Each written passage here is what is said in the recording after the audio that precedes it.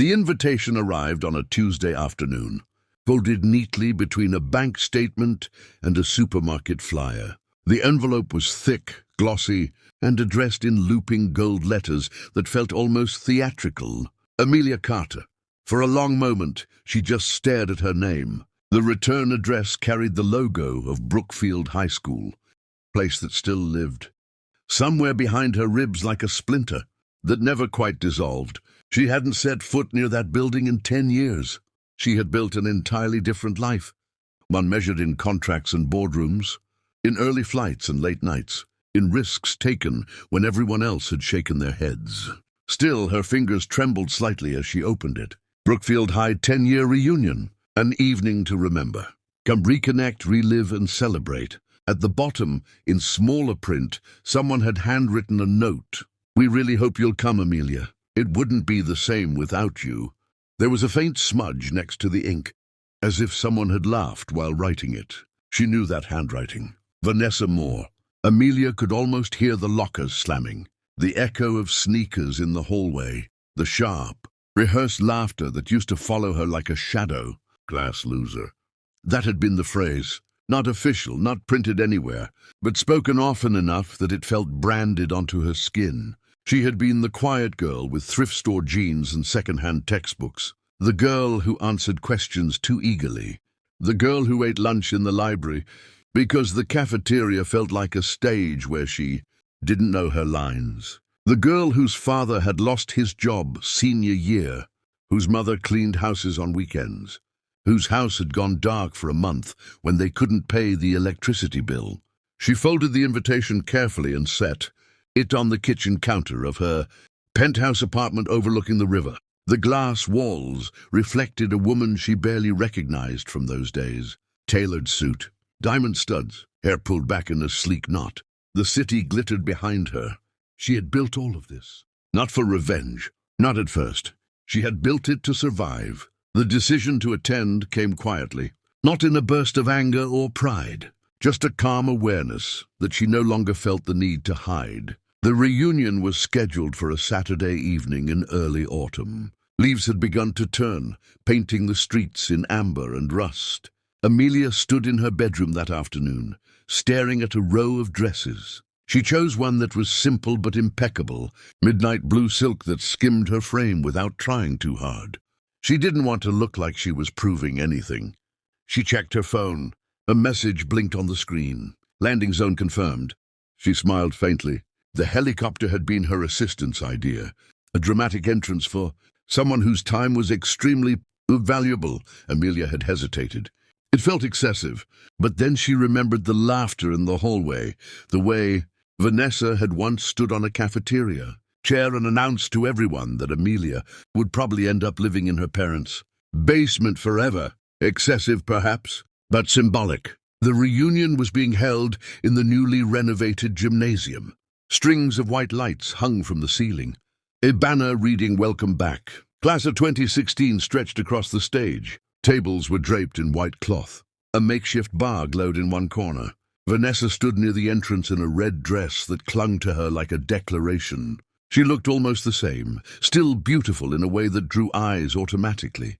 Around her clustered a few familiar faces, older now, softer around the edges. "Do you think she'll actually come?" one of them asked, sipping champagne. Vanessa rolled her eyes. "Amelia, please. She probably thinks we're beneath her now. Didn't she start some tech thing?" another said. Vanessa shrugged. "I heard it flopped." It hadn't, but rumors were easier to digest than reality. As the evening wore on, people arrived in pairs and small groups. There were hugs, squeals, polite lies about how great everyone was doing. Names were repeated, as if to anchor them to faces that had changed. An hour passed. "Guess she's not coming," someone muttered. Vanessa lifted her glass. To the ones who actually made something of themselves. Laughter rippled outward. And then, faint at first, a distant thudding cut through the music. People paused, heads tilted upward. The sound grew louder, rhythmic, unmistakable. Conversations faltered. Someone stepped outside, curiosity overpowering indifference. The gym doors swung open as wind rushed in, tugging at dresses and scattering napkins. Outside, beyond the football field, A helicopter descended in a controlled swirl of air and dust. "What the hell?" someone whispered. Vanessa's smile froze. The helicopter touched down gracefully, blades still spinning as the side door opened. A figure stepped out, steady despite the wind, one hand smoothing her hair. Amelia. The sunset caught the silk of her dress, turning it almost liquid. She walked across the field with calm precision, heels sinking slightly into the grass, but never faltering. The blades slowed behind her, the noise fading into stunned silence. By the time she reached the entrance, the entire gym had spilled halfway outside. For a second, no one spoke. Vanessa recovered first, forcing a laugh. "Well," she said loudly, "looks like someone wanted to make an entrance." Amelia met her gaze, and there was no anger in her eyes, only clarity. "Good evening, Vanessa," she said gently. Up close, the years were visible. Fine lines at the corners of eyes, a certain heaviness in posture. Vanessa's confidence flickered. "So," Vanessa said, crossing her arms. "Helicopter? Isn't that a bit much?" Amelia tilted her head slightly. "Is it?" A few people shifted uncomfortably. Phones appeared, discreetly snapping photos. "I mean," Vanessa continued, her voice tightening, "we're just here to catch up. No need to show off." Amelia looked around the gym, at the decorations, the banner, the faces that had once felt like judges. "I'm not showing off," she said quietly. "I came because you invited me." The words hung there. Someone from the back spoke up. "We heard your company didn't make it." Amelia turned toward the voice. "It didn't," she said. A murmur spread. Vanessa's smile sharpened. "Oh," Vanessa said, almost gleeful. "So the helicopter is rented then?" A few people laughed, relieved. Amelia nodded. "Yes, it is." The laughter grew louder. For a brief second, the old sensation flickered in her chest, the heat behind her eyes, the urge to disappear, but it passed. "My first company failed," she continued, her voice steady. "I lost everything.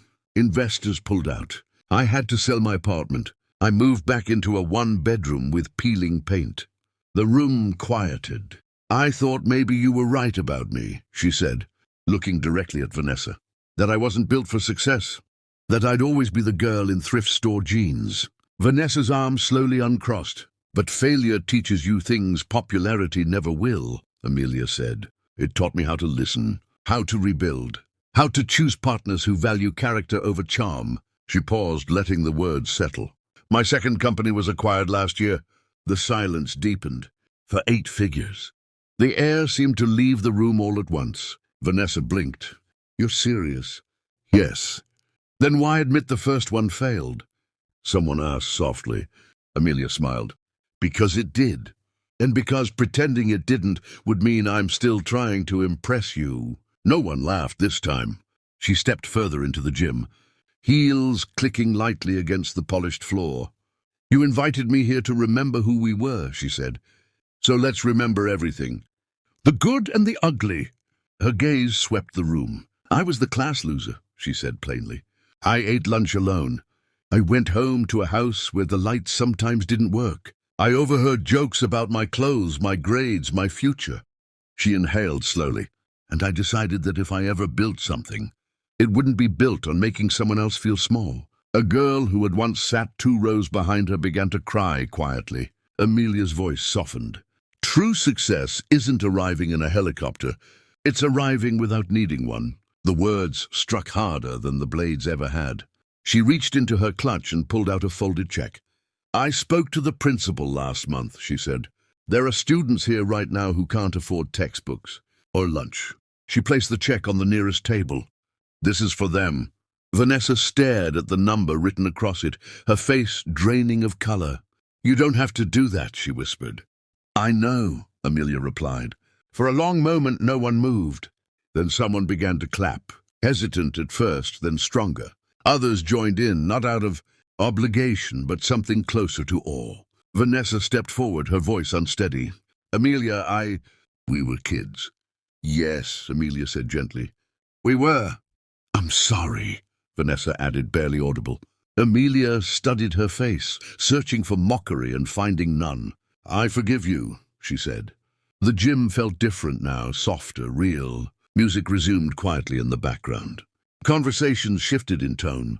People approached Amelia not to measure her dress or her entrance, but to ask real questions, to share their own failures, their own doubts. Later that night, as the crowd thinned, Amelia stepped outside alone. The helicopter was gone. The field lay silent under the moon. She slipped off her heels and let her bare feet press into the cool grass. She closed her eyes and listened to the distant hum of the city. 10 years ago, she had walked these grounds feeling invisible. Tonight she felt something else entirely. Not powerful, not superior, free. She realized then that the greatest entrance she had made was not from the sky, but from within herself. The moment she stopped needing their approval, the moment she chose generosity over revenge. Behind her, the gym doors opened again. Vanessa stepped out barefoot as well.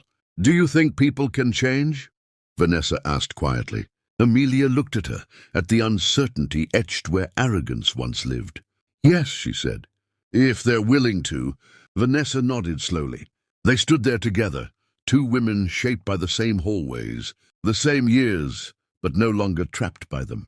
The night air carried a cool promise, and for the first time, the past no longer felt like a wound. It felt like proof.